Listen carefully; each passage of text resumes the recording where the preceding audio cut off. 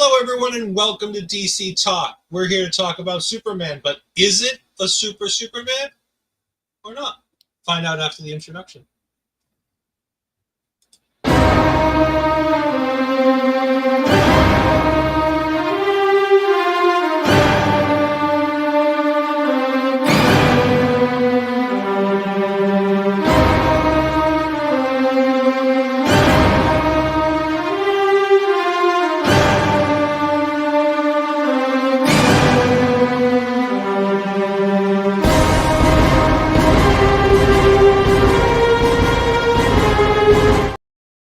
Hello, everyone, and welcome to another episode of Marvel Talk. Sort of. It's DC Talk tonight. We are, of course, here with the host of Marvel Talk and DC Talk, the Empress of our local establishment, Becky. I'm back. Yes, finally, the Empress has returned. STG will be happy. Yes. Everybody will start watching the shows again. It'll be good. We got Bobby in the chat. Hello, Bobby. We've got Astrid in the chat. Hello, Astrid. Oh, so, of course, we also have me and Andre. Not that we matter, but we're here too. So let's go ahead and talk about this because you guys are going to. So I said some things in the group chat, and I think you guys think that I hate this movie. I actually like this movie. It's fairly okay. It's not great. It's not this epic thing that everybody talks about, but it's good. I just think it has significant flaws. But I also think that this is exactly what I expected from a James Gunn Superman movie. Yeah. And I will rephrase. A lot of my problems with this are James Gunn doing serious Superman. The reason why I love a lot of James Gunn's things in the MCU is because it's supposed to be funny. It's supposed to be quirky. It's supposed to be all of the things that it is. And I also really enjoyed the Suicide Squad. Because again, that's campy, funny. It's not supposed to be serious. It's not supposed to be anything. I always feel like there needs to be a certain level of seriousness when it comes to a Superman movie. It can be campy. It can be funny. It can be all of those things. But at the bare minimum, he tried to put more humor where it didn't quite need to be in a lot of places. And I think that took away from some of the things. This is the most, and again, this is my opinion, the most visually stunning Superman movie that's ever existed. The camera shots, the camera angles, while not all my favorites, I did feel like I was watching Kevin Dunn at some points during this movie. A lot of cuts. There were a lot of cuts. And that's why I said Kevin Dunn, because it felt like I was watching WWE under Kevin Dunn at certain points in this movie. Visually, this movie is absolutely sensational. Peggy, I want to go ahead and get some of your opening thoughts on this movie. I think I had a very different movie experience than you did based on the group chat that was exposed, like Astrid said. I loved that it was a little more nostalgic in its take. Like it had more of the old-timey homemade costume for Superman. I loved the portrayal of Martha, when she's on the speakerphone and she's leaning over like my mom probably does when she calls me. Like I loved all of the nostalgic qualities of the movie, and it felt more like the old movies that I remember when I was younger versus the newer movies that I was okay with but didn't love. I loved this movie. Like I felt this movie was a lot more than I was expecting, and I was expecting a lot going into it. Andre? I had a blast watching this movie. Like was this movie perfect? No, but I don't think I've ever seen a perfect comic book movie outside of Iron Man. There hasn't been a perfect movie since Iron Man and Dark Knight. There hasn't been a perfect comic book movie since then. I went in. No, there's issues in Endgame. It's to me, and that's why I said I will put Iron Man at the top of my list no matter what. I had a lot of fun with this movie. I went and saw it with my mom. We went Sunday morning after POV at 11 a.m. here, and this is the kind of movie where like I just loved just sitting there, and the way he did this movie, again, shot beautifully, lots of homages to the old stuff. My favorite part about this movie, I didn't have to sit through a Superman origin story, because the one thing I don't think anybody ever has to sit through again is Batman or Superman's origin story. Yeah. I don't care how old you are, unless you're like 3 and haven't watched anything to do with it. You don't need an origin story. Like, you said something in our chat about Lex Luthor. We're going to get to that in a second. But I think what I liked is that, you know, you were talking about how we didn't have to sit through the origin story. And that was the one thing that right from the beginning, when it started with the 3 years ago, this, the 3 months ago, this, the 3 weeks ago, this, the 3 days ago, this, I was like, you know what? That's all I need. Put me in the timeline where I am.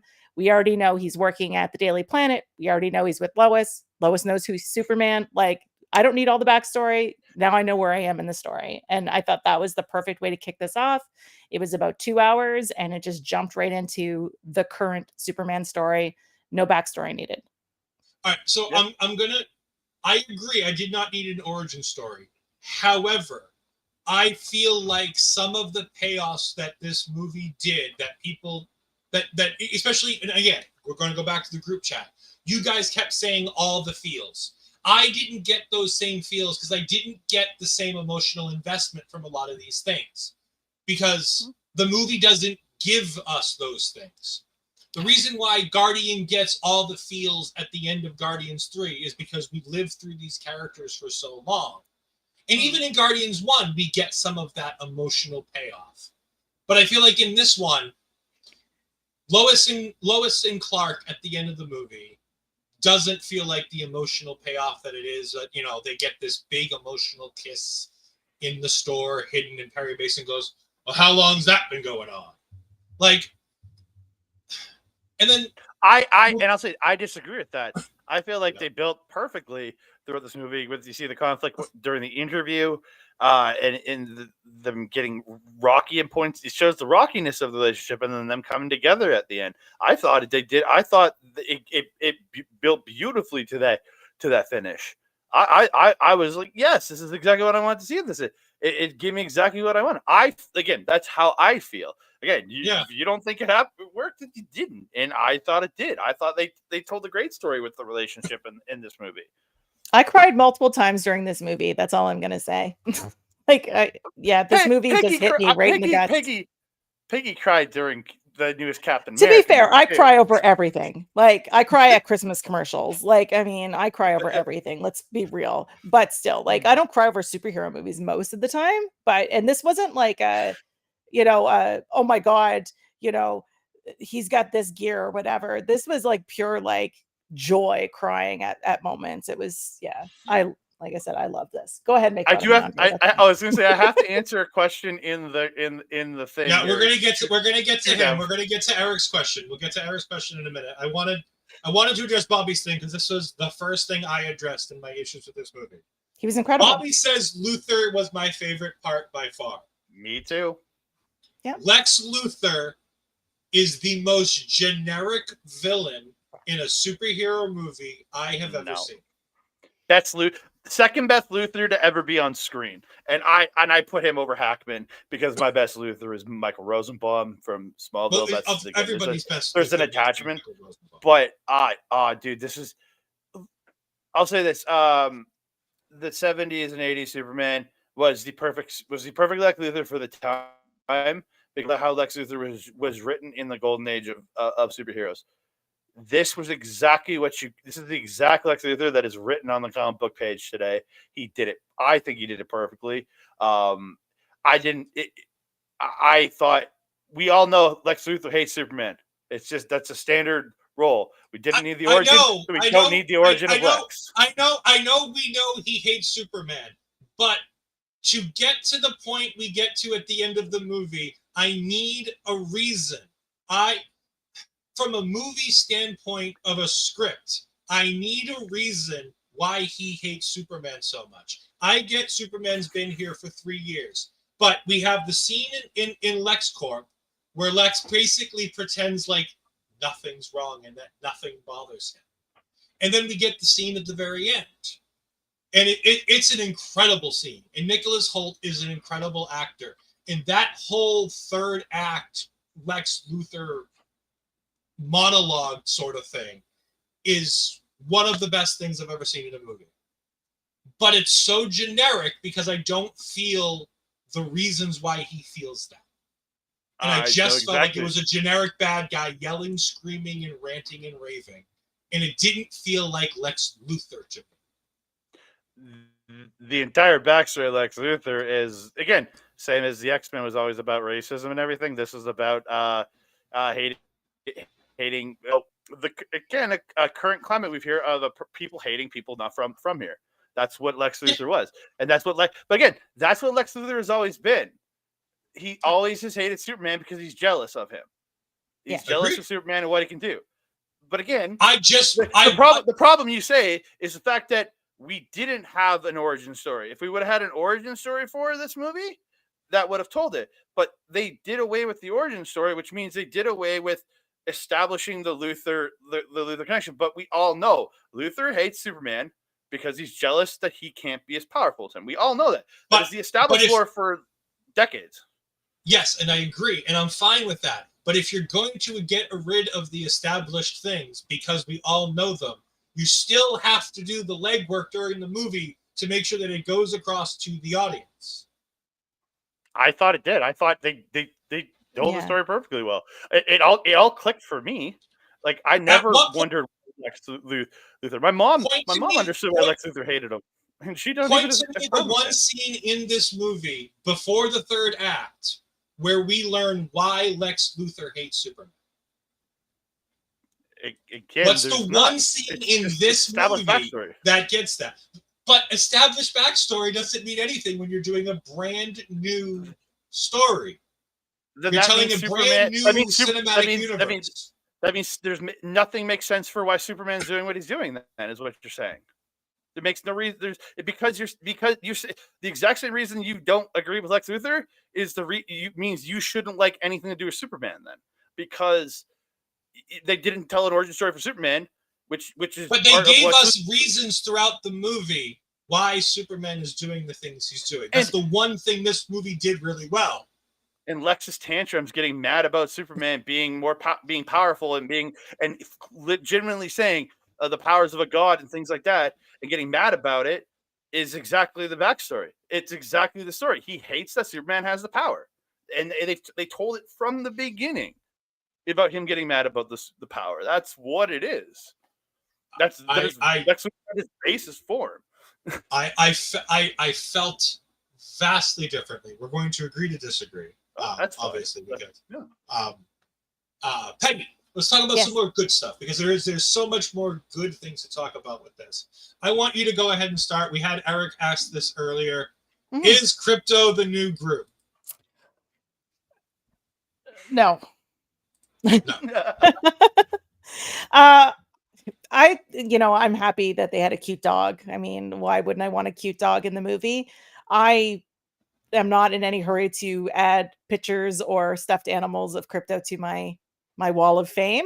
But if you ever get a closer look, I have a ton of Groots. So he didn't hit me in the feels the same way Groot did. I think it's just because he was just kind of there. I didn't love Crypto. He was a bad dog. Crypto was fun. Don't get me wrong. There's some funny Crypto scenes. Was a crazy dog that you have no control over. It's like when you dog sit for somebody and they don't respect you because you're not their owner. That's the vibe I got from Crypto. And I mean, which is exactly what he was when you find out later on. Right. So.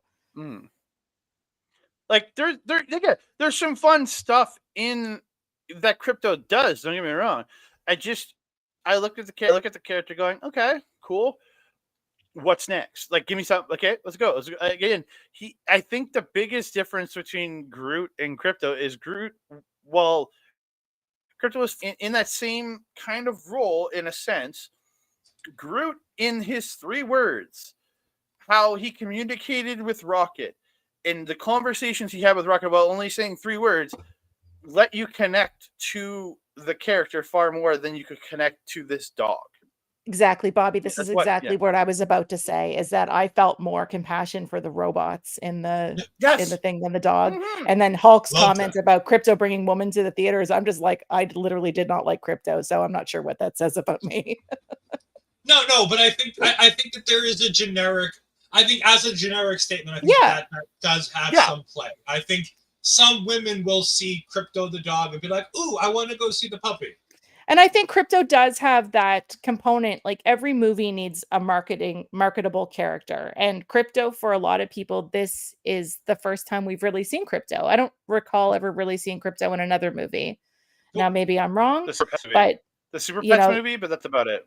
yeah. That's- So no, I mean, like, Nothing actually Superman. No, so I yeah. mean, he is going to be marketable when it comes time to the holiday season. You're probably going to see some stuff, for kids and things like that. Yeah, he's the toy. And he'll He's the toy that little kids want. That's I had what moments he'll where I be was having- very, very upset with how they treated Crypto in the movie. The whole Oh, when he's scene in in the- yeah, like there was a lot that I wasn't happy about, and that made me hate everybody. But that's another story altogether. So. Yeah. Speaking of hating everybody, Hmm. somebody I didn't hate. Somebody I was pleasantly surprised by, because me and Andre talked about this going in. David Cornsweet. Excellent. I have to eat some crow on this one. He was really good. Yeah. I wish he would have been a little less funny. Again, but that's a James Gunn problem, not necessarily a David Cornsweet problem. I found him very relatable. Yeah. I did too. I loved his Clark Kent. I thought his Clark Kent was really good. The scene where he and Lois get into it, the scene with him in the Daily Planet, and then the scene at home. The 3 scenes where we see him as essentially Clark are some of the most relatable pieces of this entire story. Yeah. And I loved every time he got to be relatable. He was so good. I Sorry, found there was one go ahead. scene when he was Superman as well that I felt very moved by him. And it was after when he's walking, after he's been exposed, after, the parent video comes out and so on and so forth.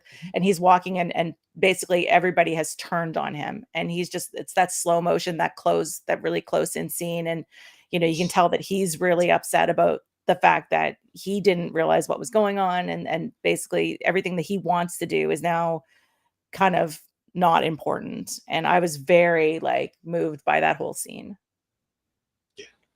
Yeah, like the scene with him and Pa Kent, like that pulled at me as I lost my dad 3 years ago, and all I could in that moment, all was every conversation ever. I thought all I could think was every conversation I had with my father, just watching that moment between the two, it just pulled on everything that I had, that I can remember all the moments I had with my father. So that scene hit me so emotionally. I didn't cry, but it hit me all.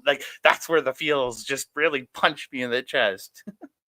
I agree, Bobby. That was such a good scene with Pa Kent just sitting there and getting into all of this and whatnot.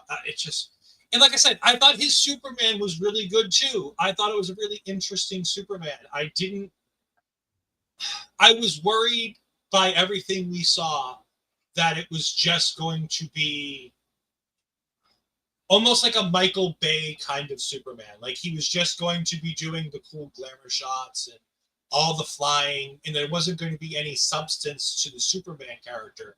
And there was still a lot of really good substance when he was Superman, which is different for a lot of Supermans that we've seen recently. I don't feel like there was any of that with Henry Cavill. The kaiju fight, the big monster kaiju fight with him and the Justice Gang. How he no in this movie they're Justice. I know what they're leading to. Only one of them says that. Yeah, but again, they are technically listed as Justice Gang. But how he's interacting with them, how he plays off them and trying to save people and saves the squirrel, and like all what he does, trying to save everything while trying to save the monster, and how he plays off of them is this incredible. Just like you see it, like him playing to Superman more than just like being the Superman than the serious Clark Kent. It's being the Superman. It's the way they tell that story is so perfect. The way he plays off of Guy, in how they're when they're arguing and everything. It just I love his portrayal was very good. While we're here, let's talk about the Justice League / gang. They haven't earned League yet. Yeah, well, the movie made it pretty clear that they didn't want to be called the Justice Gang either. That's true. Nathan Fillion, Guy Gardner. I'm worried as to what we're going to get from him from Lanterns, with the quote he said where I've dropped more F-bombs in Lanterns than any project I've done ever combined. Oh, but that could be like, but that could be like 10, because the guy isn't known for swearing and stuff. That is true. Yes, but his Green Lantern used middle fingers to take out tanks in this movie. That killed me. I roared. Just roared. But that's Guy in a complete nutshell. That you read him in the comics, he's a pompous dickhead. That's what he is.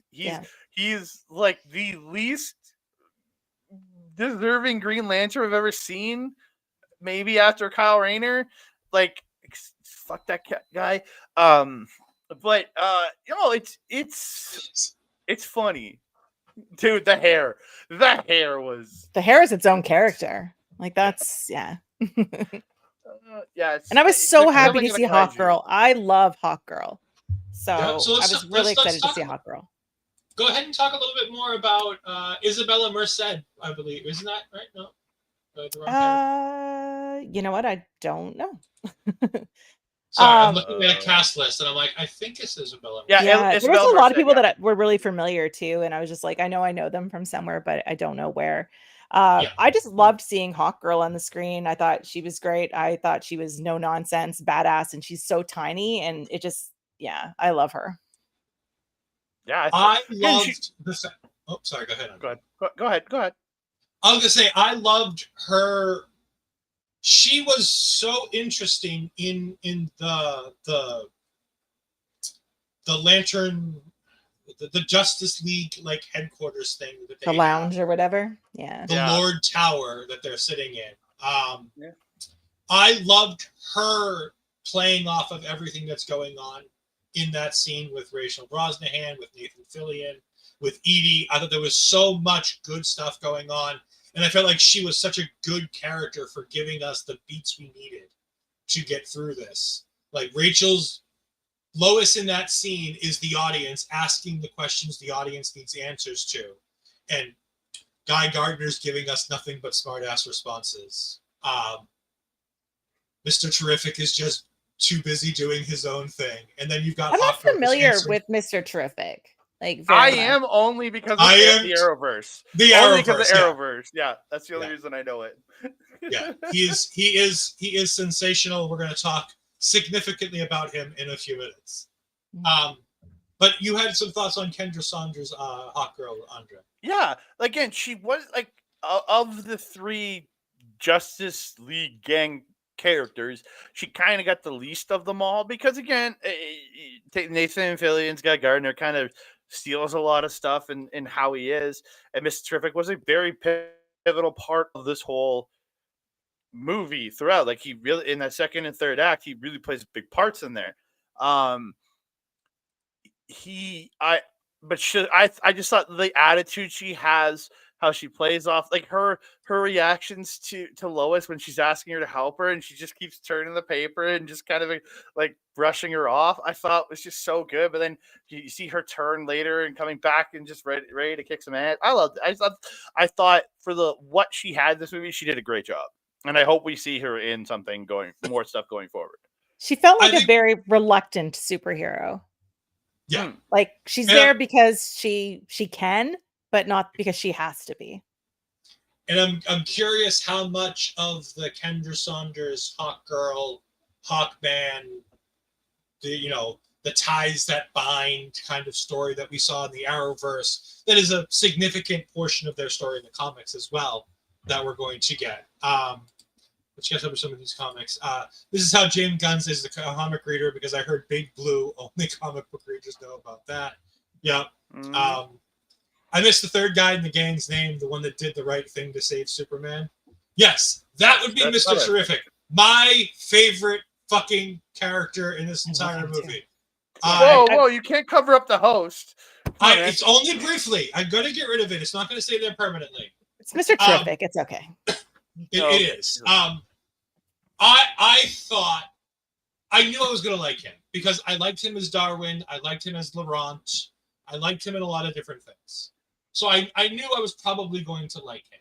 I wasn't quite sure how he was going to pull off Mr. Terrific. And I also wasn't quite sure how James Gunn was going to pull off Mr. Terrific.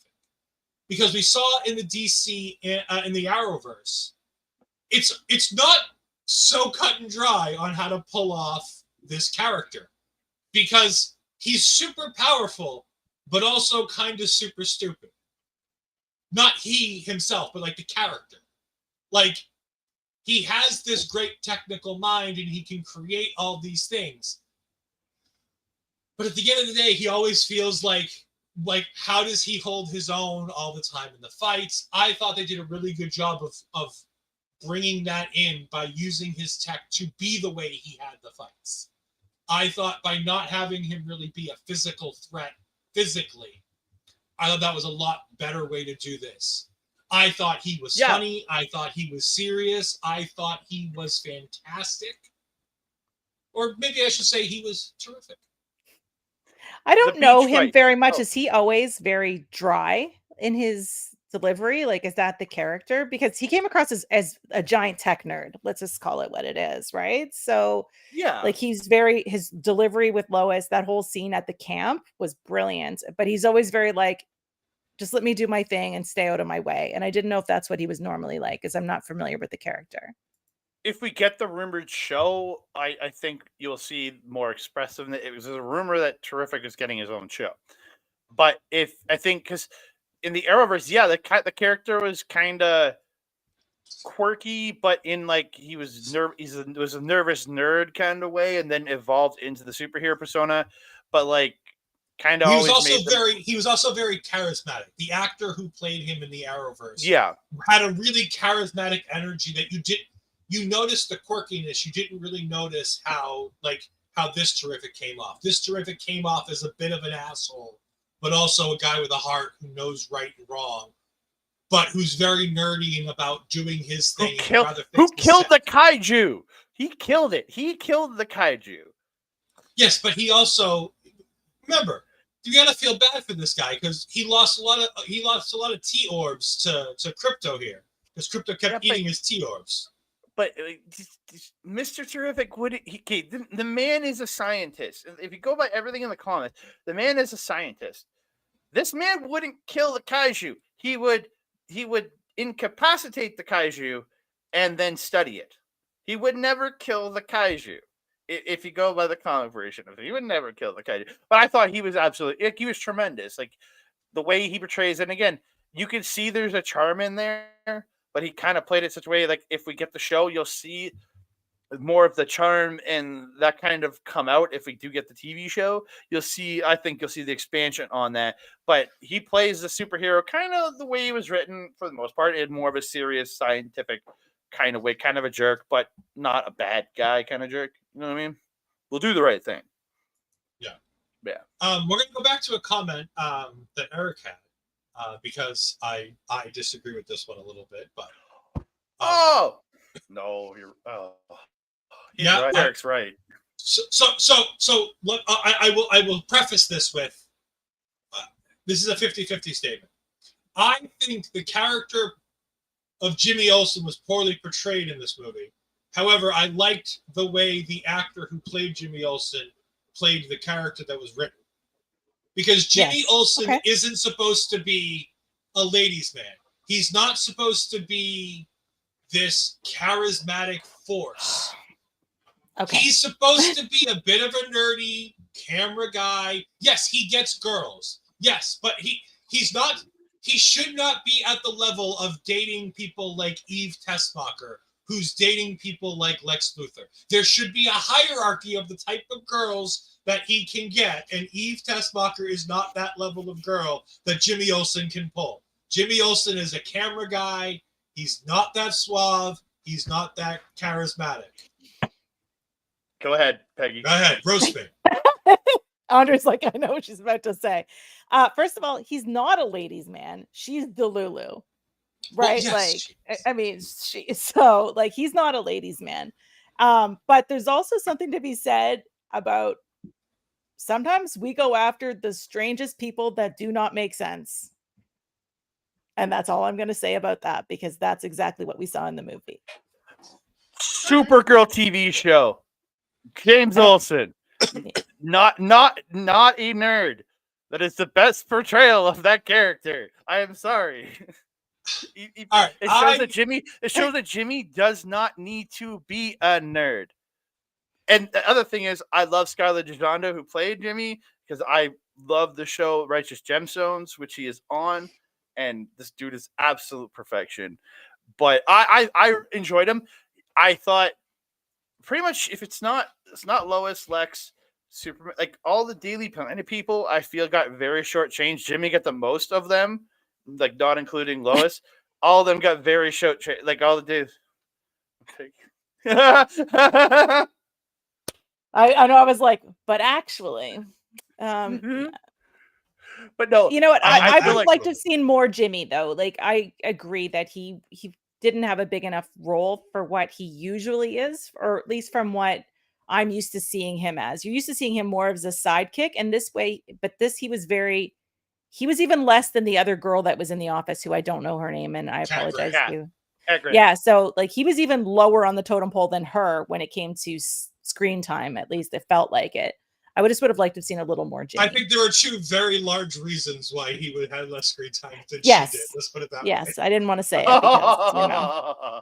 I apologize. I know that's going to come off the wrong way, but let's be honest. That's why she got a ton of screen time, because she plays zero role in this movie. And if she weren't on screen in any way, shape, or form, nothing in this movie would have changed. Yeah, I was thinking that every time she was on the screen, I kept waiting for her to do something that made sense to the plot of the movie. And even at the end, I'm like, you're bringing her along, but she still did nothing at the end of the movie. And I'm like, who are you? Like, Kat is such a great character. Like, if you like the first season of Supergirl, like if you look at stuff they give the publications that are in shows that have used her right, she's been used as a great character. If you write the character right, if you put the character in the right situation, like Calista Flockhart, I think Calista Flockhart, right? Yeah, it was in Supergirl season 1. She did such an amazing job playing a Cat Grant who's taken the journalism and created an empire out of it, and like those kinds of things. Like the character, if done right, can be used very well. I put that character on the same level as Beck Bennett's character and the other dude. Again, they did nothing other than look good and make a couple funny jokes to make us laugh a couple times in Beck Bennett. Then there was the other dude who I'm like, Beck Bennett was Beck Bennett. Yeah, he was essentially the person we saw on SNL for a decade. So yeah. He did a good job. I'm very excited for them to all get fleshed out in the rumored Daily Planet show that's coming soon. Yes. They're apparently pitching a Daily Planet show where all of this is going to get fleshed out. We're going to see that newsroom, obviously minus Lois and Clark. We're not going to have Lois and Clark there, but I think we're going to get another version of that newsroom without some of that stuff going on. I thought Wendell Pierce played a fantastic Perry White, because Perry did exactly the things that Perry White needs to do in any Superman movie. He has to ask what the fuck's going on. He has to approve some story getting written, and he has to make some kind of joke about the two of them being together. Those are the three things they need to do, and I thought he killed all three of them. Yeah, he had the checklist, and he did it. Yeah. But he also, I love seeing him on my screen. I've loved him in Suits. I thought, me and Andre talked about how much Jack I Ryan. loved him in Thunderbolts. I haven't seen Jack Ryan, so I have no idea. Oh! I haven't seen the whole thing, but he's very good in Jack Ryan.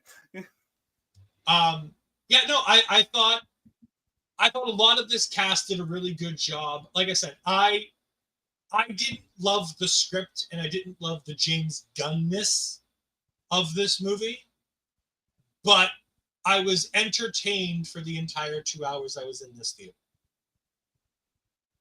Would I go see it again? Probably not. Am I going to buy a copy of this on Blu-ray or something else when it comes out? No. Will I buy it on digital? Probably not. But it was an enjoyable 2 hours. I get to sit here and talk to you guys for this movie for a while. The question: would you watch it on if you had Max? Would you watch it on Max if you had Max?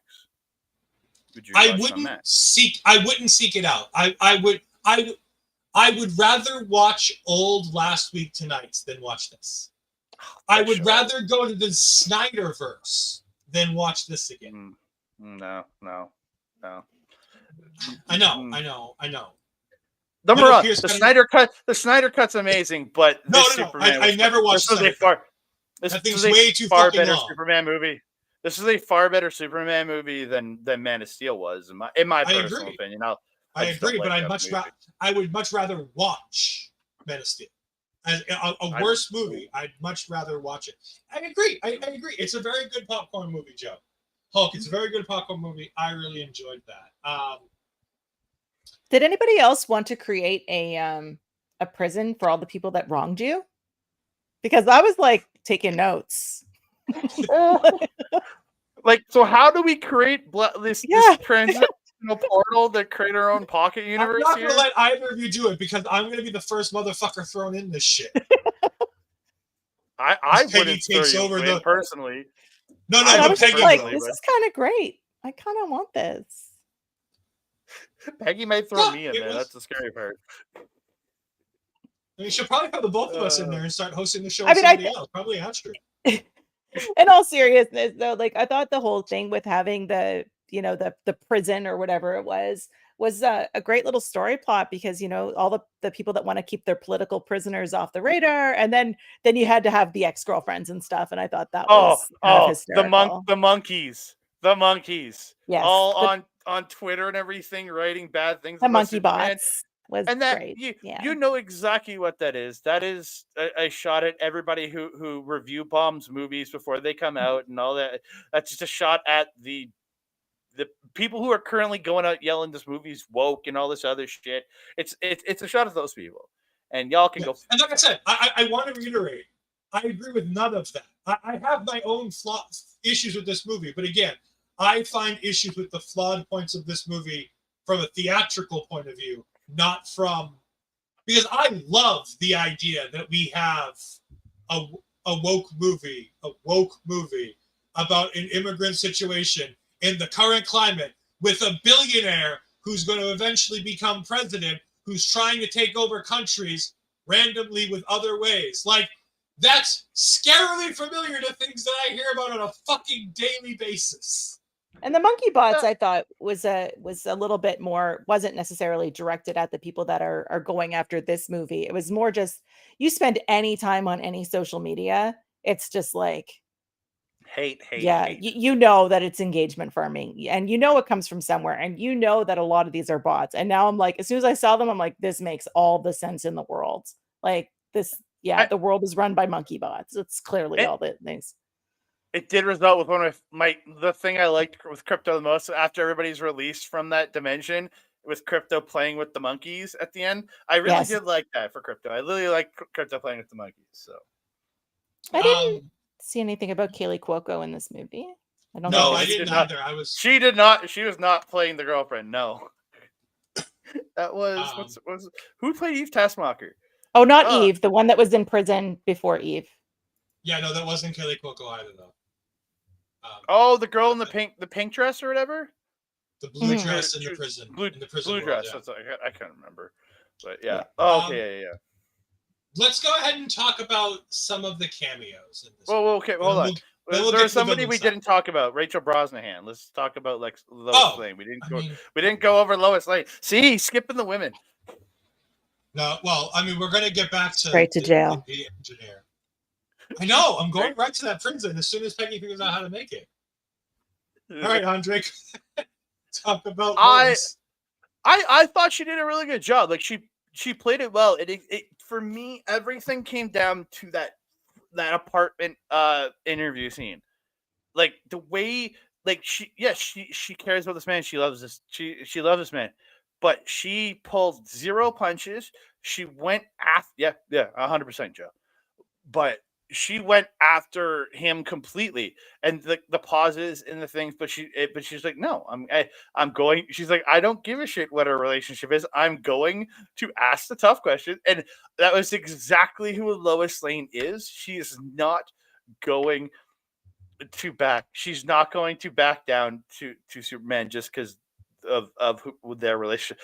I loved it, and I think she did a great job throughout the movie, keeping that type of fire in her character throughout the movie.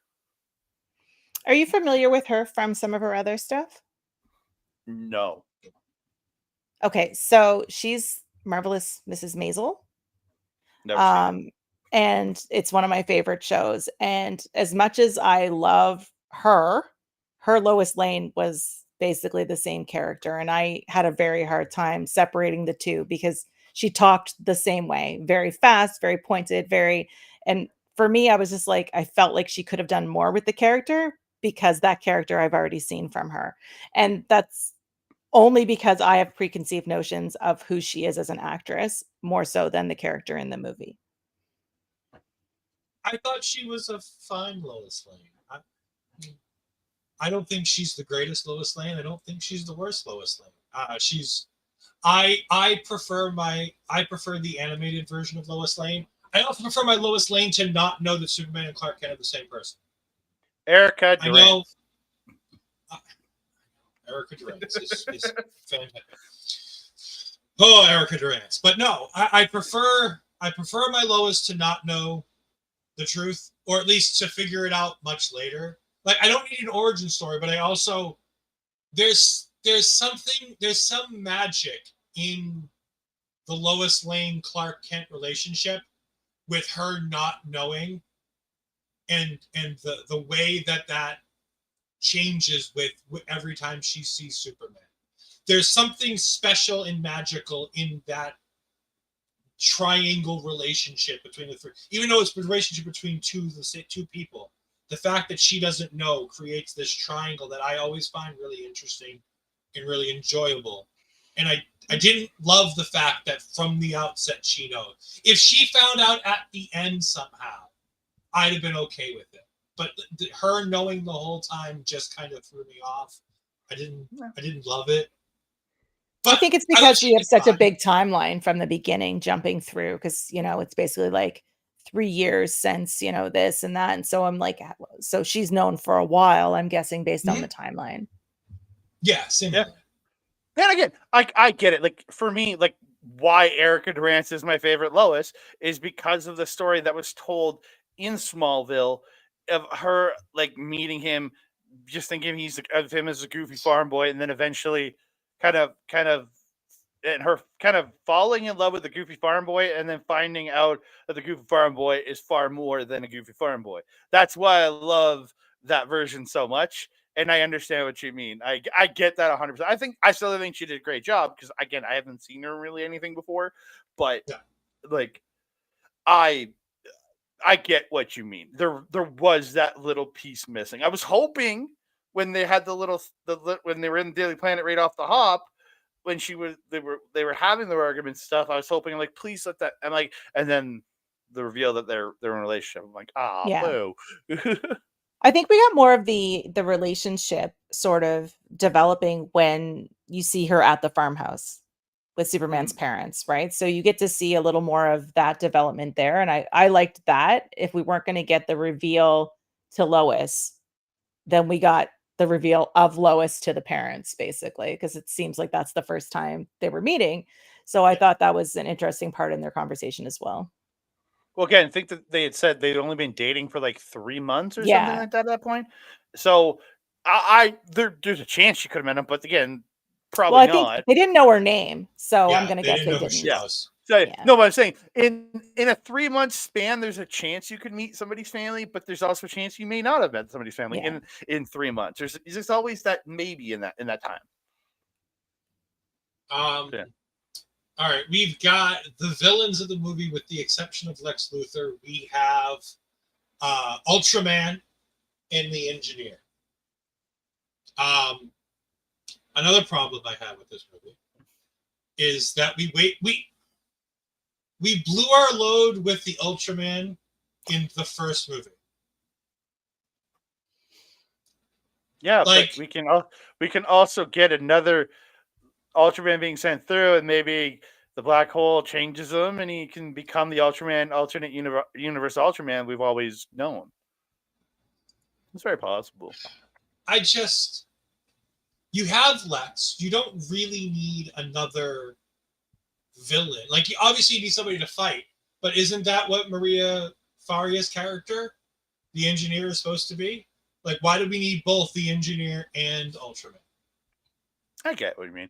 I was hoping, like, my hope with Ultraman was when it would get ripped off, that it wasn't the clone, that it was Superboy.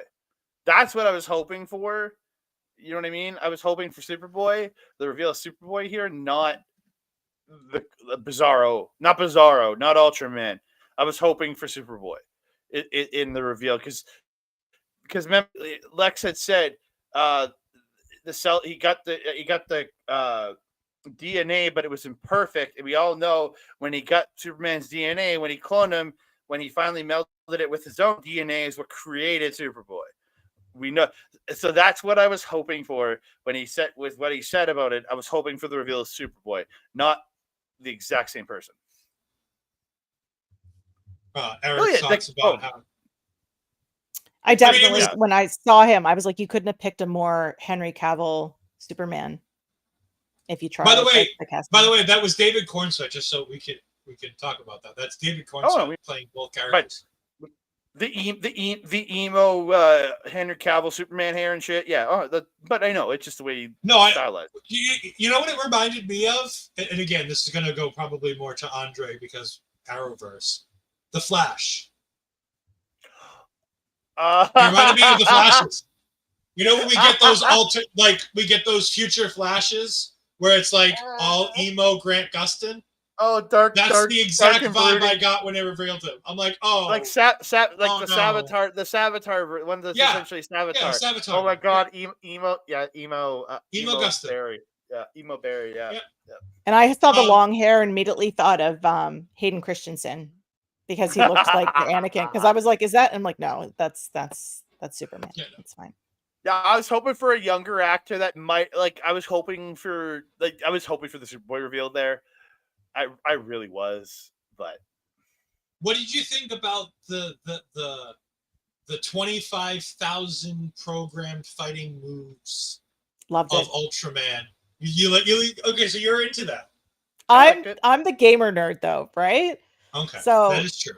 Him yelling out basically chess move commands, I was just like, yeah, this is brilliant. And especially in the fight where he wasn't actually calling them out, he was just holding up pieces of paper with the numbers on it. I loved all of that. I was like, yeah, this is brilliant. I love that. I enjoyed it. I thought it was fun. Again, because again, this is a clone. So obviously he just had not implanted the memories. So he's developed, because this is a Lex Luthor that is watched along. He might have fought him in his own suit at some point. I don't know. I doubt it, because again, the way the character's been portrayed, I think in the next Superman movie, that's where we see Lex put on the suit with kryptonite in it, because he'll have found some source of kryptonite. Essentially he'll go steal from Batman. But yeah, I liked it, because again, this is a clone who doesn't have memories, doesn't have all this stuff, so you have to build the instincts in, right? Yeah. Well, no, yes and no. It's a little bit of both. Mm-hmm. I thought I liked how they did Ultraman, of the stuff they did with him. I just wish that we wouldn't have had that in the I would have wanted to kind of get to there. I thought the bots floating around were more of cameras for Lex. For Lex's people. That's what I thought they were. They were cameras. Because when they were destroying them, they were losing their visuals on their computers, right? So I think it did help. I think it did help with communication. Probably was a signal relay, but also so that they could see what was going on in the fight, so that they could react to that's what they. Yeah, I agree with you there. Yeah. I thought the engineer. I feel bad for Maria. I felt like there was a ton more we could have done with her if we didn't have the Ultraman of it all, because I liked the idea of her character. I thought that was cool. Genetically enhanced to have the ability to kind of Green Lantern with her own body. Like, that's a kind of cool ability. That's kind of nice. That's neat. I really like that. It's slightly different from anything that we've seen in the MCU. And then she's just kind of like a C-level henchman. Like, she's just above the fucking robot people in the suits. I forget what he called them. But Michael Rosenbaum was one of those people in the suits. He was. But, he voiced one of the people in the suits. Yeah, he did. I was listening to his podcast from this week, and he was literally talking about it on the episode. That's why I'm like, I'm trying to figure out what the clones were called, or the army was called now too. I can't think of it. I was gonna say I can't for the life of me figure out what the hell they were called anymore. I know it's all called Planet Watch. Oh, Raptors. That's what it is. Yes. Raptors. Yeah. And it was something to do with birds, and I just couldn't think of what it was. But I felt like she felt like a C tier villain. Like, at the end of the day, she felt really unimportant. Oh, Reapers? I thought it was Were Raptors. they? I thought it was the Raptors. It was Raptors. I'm very sure it was Raptors. No. I was like, because I like Peggy did bird thing to kind of try to keep it in my head while I was watching the movie. With the exception of getting into, the lair, it felt like she kind of could have just not existed in the movie and been fine. Yeah, being able to download. Yeah, I understand the need for Ultraman for that reason to get into there because it was DNA coded. Yes, but you didn't have to reveal that it was who it was by the end. You could have let her kind of do the big fighting. Again, I don't know. It's hard. It's hard to yeah. You could have had something that was DNA coded without actually being a character too. Like he could have had a sample of the DNA and replicated it, and it became a weapon or a key or whatever, right? It could have been inserted into her, and that she could have produced it when walking up there, and then it would have read it, and then could have still been the fighter at the end. Mm-hmm. But it sucks. I really did like the character, but then kind of really big part early, and then really falls off later in the movie. I found. Just kind of going into some of the cameos or people who really didn't have huge roles in the movie. John Cena, we're a wrestling channel in some ways. Peacemaker makes an appearance with Michael. That surprised me. I didn't expect that. I did, because we're a month. This movie is coming out literally a month and a half before Peacemaker. You know there was going to be something to show out. Because again, that's coming. I cannot wait to see Peacemaker again. I loved it. It was funny because he's just being this total dickhead itself. Bradley Cooper and Angela Serafin are playing Jor-El and Lara Lorvan. God, can't get that. I had a moment where I was sitting there and I was like, is that Bradley Cooper? No, it can't be Bradley Cooper. I didn't know Bradley Cooper was in this movie. I don't think it's Bradley Cooper. And then, of course, as soon as I left, I'm like, yeah, it was Bradley Cooper. Of course it was. My mom literally goes, as we're watching, she's like, is that Lady Gaga? And I'm like, maybe. And then I was watching and like, no, that's the chick from, I've seen her in so many other movies. That's funny, though. But she has a facial similarity to Lady Gaga, so I understood. But I was like, I know I had seen this chick in other movies. I'm like, that's not Lady Gaga. But yeah, I thought they were fine. The stuff they did, but it was a fun little spot. Sean Gunn playing Maxwell Lord, which is going to be so fun going forward in this universe. Give it up to Eric here. Give it up to Eric here. Are we sure? Yeah.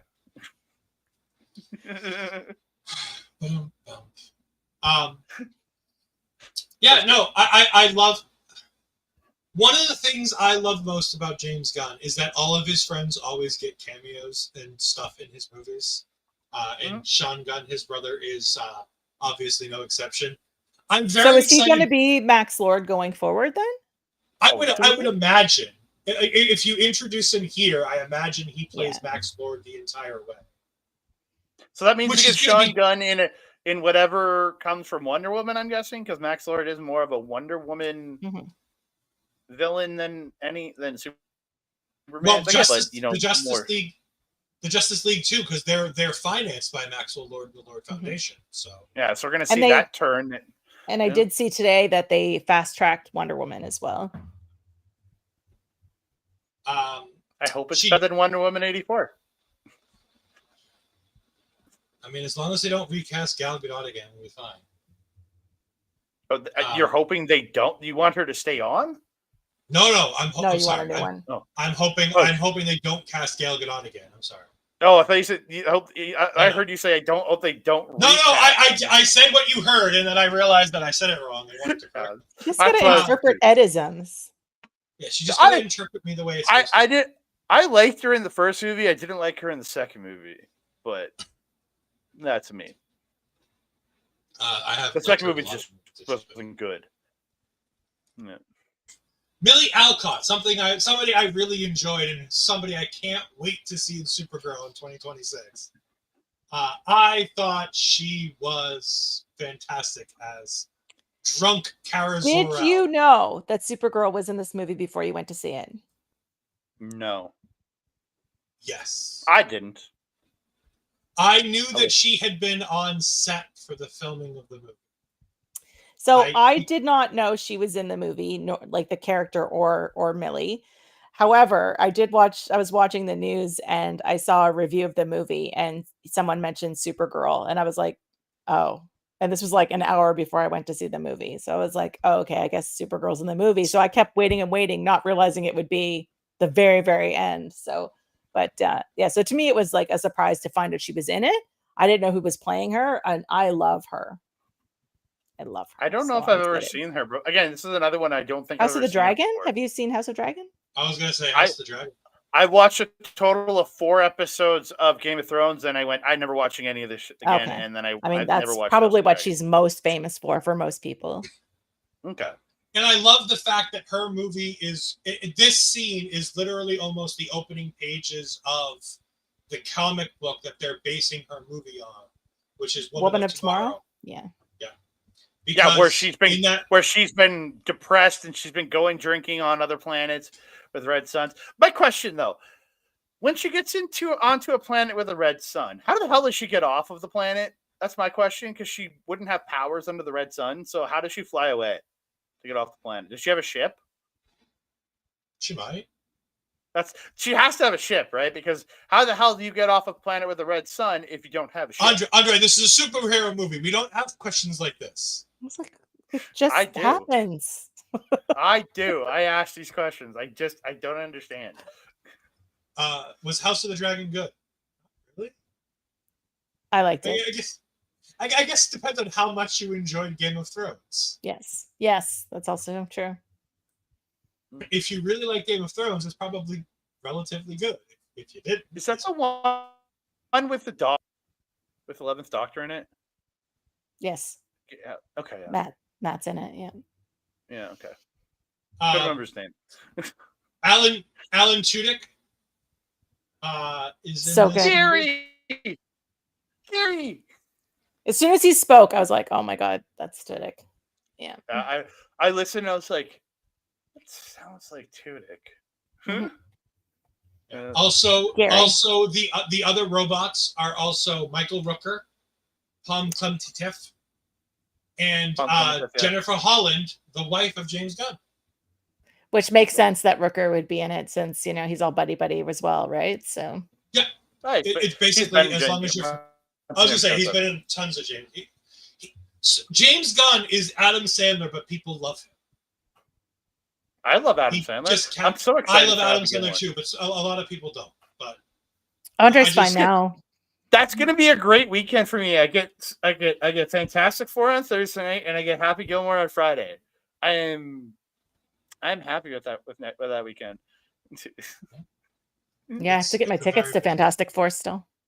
It's a very busy weekend. Ooh. I have locked mine in. Me and my buddy are trying to figure out if we spend the $80 on the Galactus tub or not. It's ridiculous, but you should. I know. I know I it's know. ridiculous to spend $80 on a popcorn holder, but at the same time, have you fucking seen how dope this thing is? I almost bought not. the Superman one this weekend. Wait, All Andre, I have know- you not seen this? No, but Nate and Mike, each went to two different competing theaters, so they each bought 2 cups, so they could trade cups. That's funny. Hold on.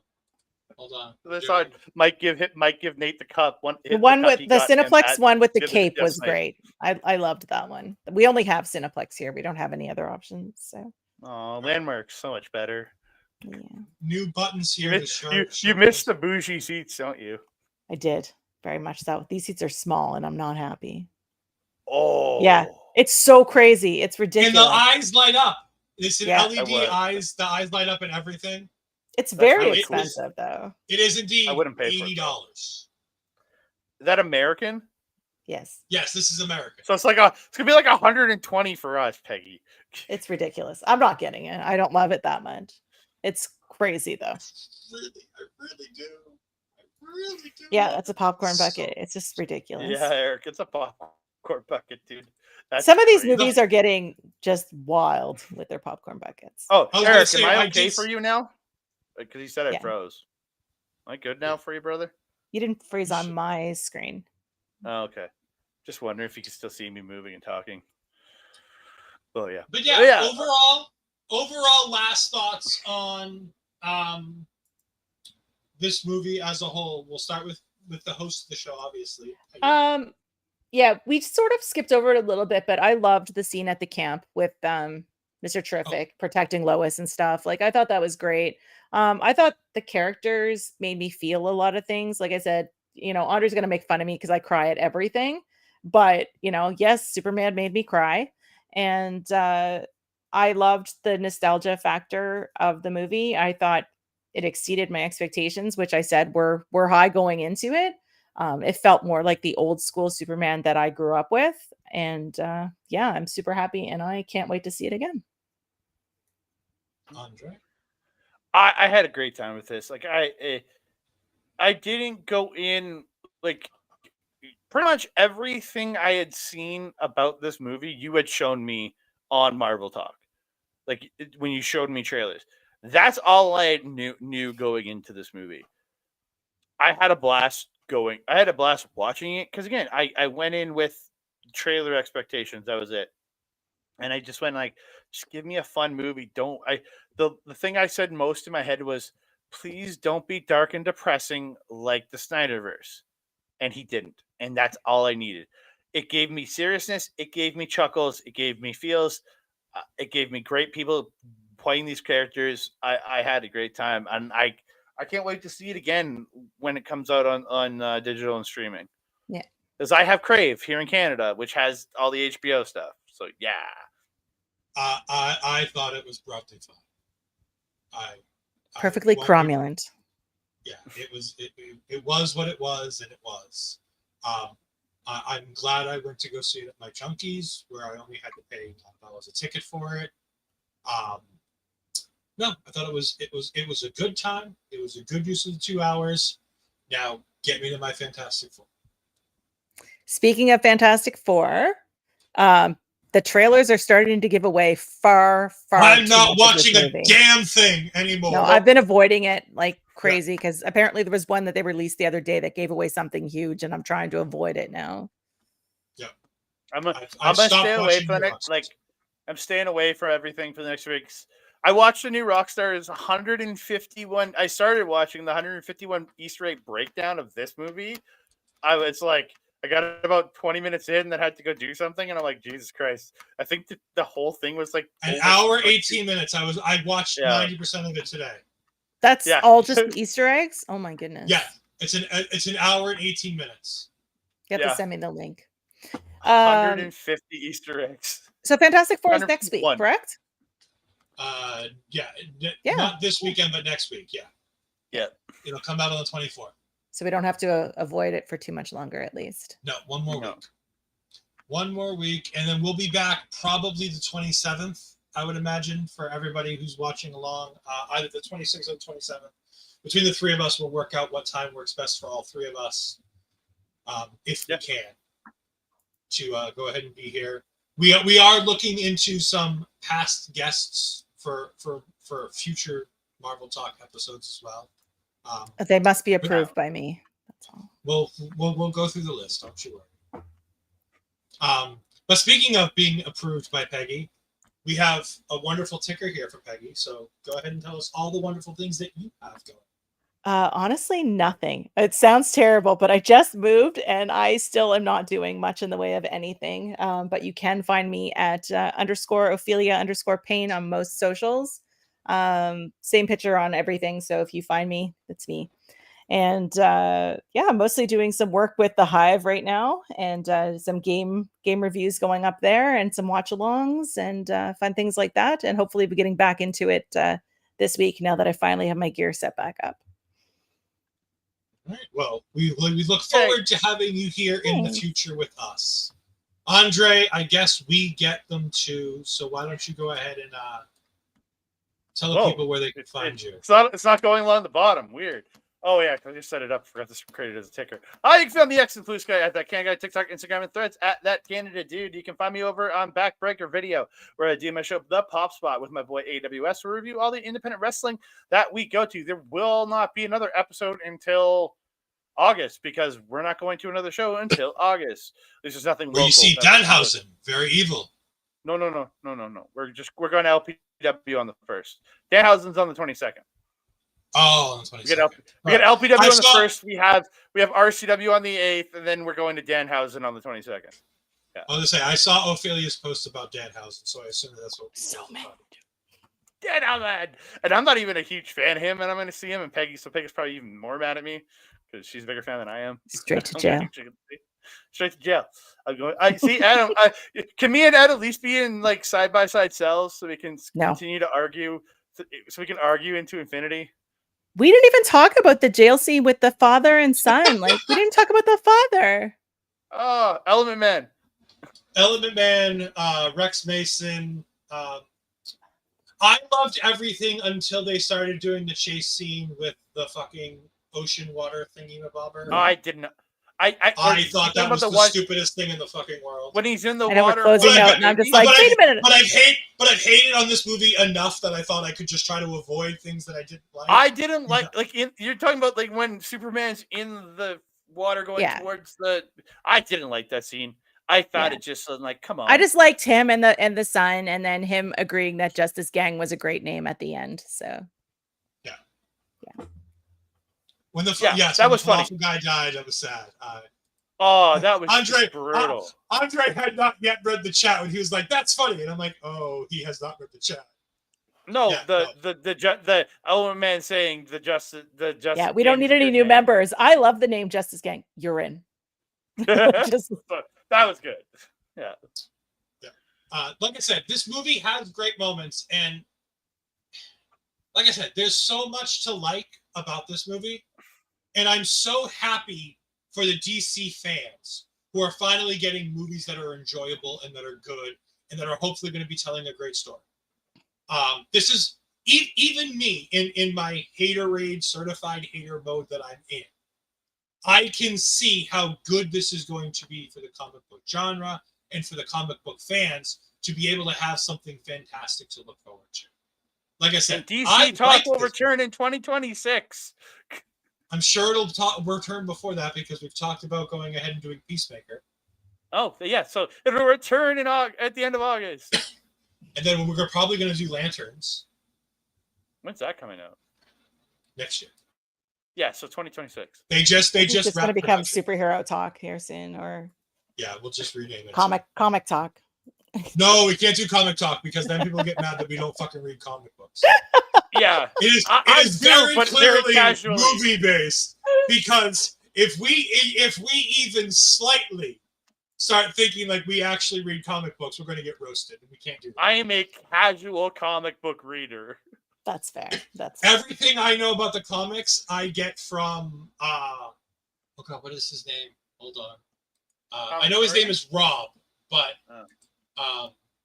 Comics Explained. I was gonna say, if you want to know history of comics, go to YouTube. Comicstorian. He goes through entire arcs and just talks about the arcs. It's incredible. I was gonna say Comics Explained does the same thing. He'll do all kinds of things. Yeah, I agree, Joe and Eric. You do need to see Thunderbolts because it was fantastic. Yes. Yeah. I understand Thunderbolts. See it before you see Fantastic Four. See it before you see Fantastic Four. I understand Thunderbolts flopped. I still think it's one of the best movies that Marvel's ever made.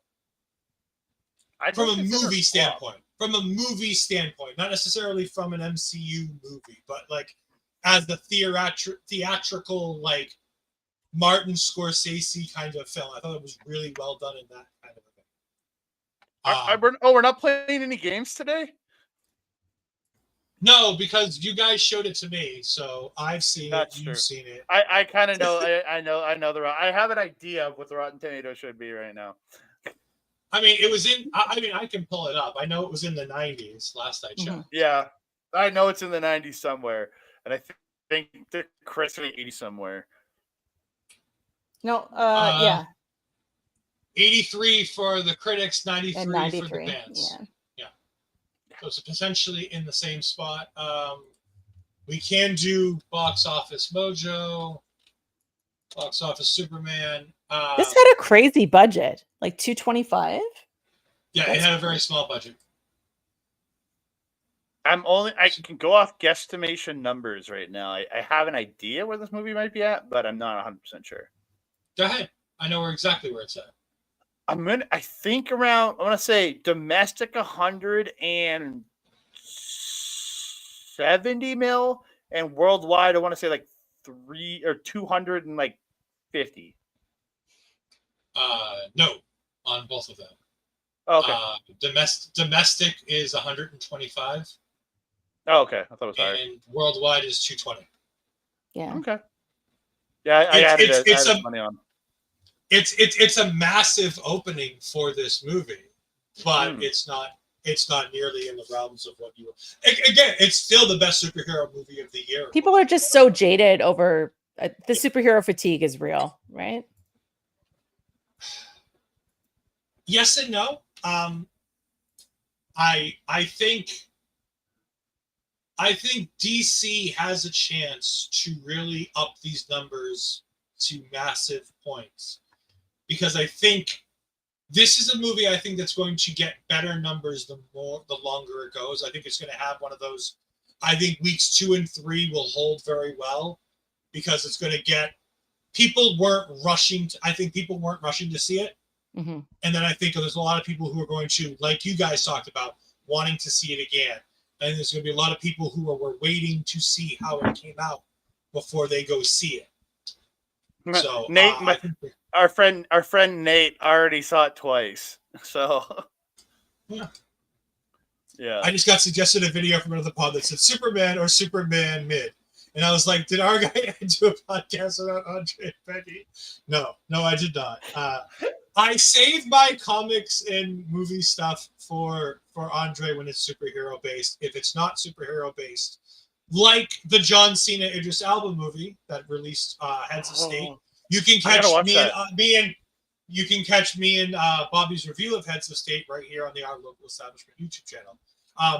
Since we interrupted it for me, you can find my stuff down here. That don't matter. It's fine.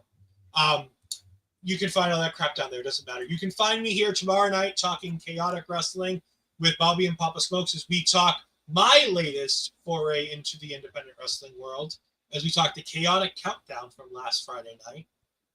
And we'll be previewing the upcoming show that I'm going to on the 1st.